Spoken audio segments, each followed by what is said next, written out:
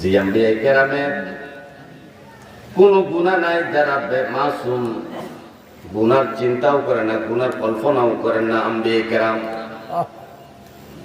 তারপর আল্লাহ তাদেরকে পরীক্ষা করছেন, আমার নবীরা আমার প্রতি কতটুকু সবর অর্জন করে, আমার প্রতি কতটুকু ভালোবাসা আছে, আমার প্রতি কতটুকু মোহব্বত আছে। আমার আম্বিয়া কেরামকে আমি বিভিন্ন বিপদ দিয়ে পরীক্ষা করব। হযরত নূহ আলাইহিস সালামকে পরীক্ষা করেছেন তার উম্মত দিয়ে এবং তার বিবি দিয়ে। যেমন জাতির উপরে, যেমন জাতির কাছে নূহ নবীকে প্রেরণ করেছেন, যে নূহ নবী 950 বছর ইসলামের দাওয়াত দেওয়ার পরেও তারা ইসলাম গ্রহণ করলো না, সামান্য কিছু লোক ছাড়া। 950 বছর দাওয়াত দেওয়ার বিনিময়ে 80 থেকে 82 জন মুসলমান হয়েছে। নূহ আলাইহিস সালাম প্রতিদিন যেথায় যাইতেন, বাজারে যাইতেন, দোকানে যাইতেন, হাটে যাইতেন, যেথায় যাইতেন, যেখানে মানুষ দেখতেন, মানুষের সামনে সুন্দর দাঁড়ায় উনি বক্তৃতা দেওয়া শুরু করতেন, খুতবা দেওয়া শুরু করতেন, আল্লাহ ওয়াহদানিয়াতের পরিচয় দেওয়ার জন্য তাদের সামনে দাঁড়াইয়ে যাইতেন।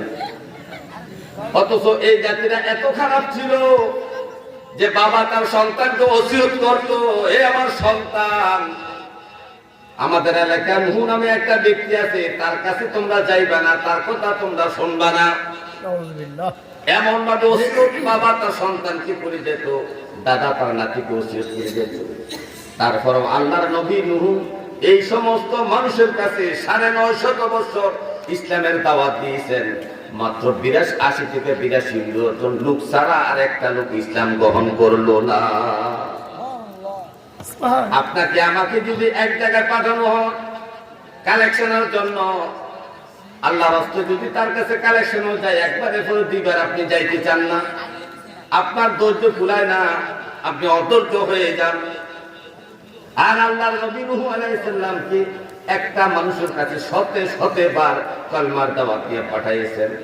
তারপর আল্লাহর নবী অধৈর্য হন নাই, ধৈর্যের সহিত আল্লাহ তাআলার ভালোবাসা অর্জন করেছেন। শুধু তাই নয়, তার ঘরের মধ্যে আল্লাহ তাআলা অবাধ্য স্ত্রী দিয়েও নূহ নবীকে আল্লাহ পরীক্ষা করেছেন। হে আমার ভাইও, নূহ আলাইহিস সালামের স্ত্রী এত অবাধ্য ছিল। নূহ আলাইহিস সালাম 950 বছর দিনের দাওয়াত দিলেন, দেওয়ার পরেও সামান্য কিছু মানুষ মুসলমানিত্ব অর্জন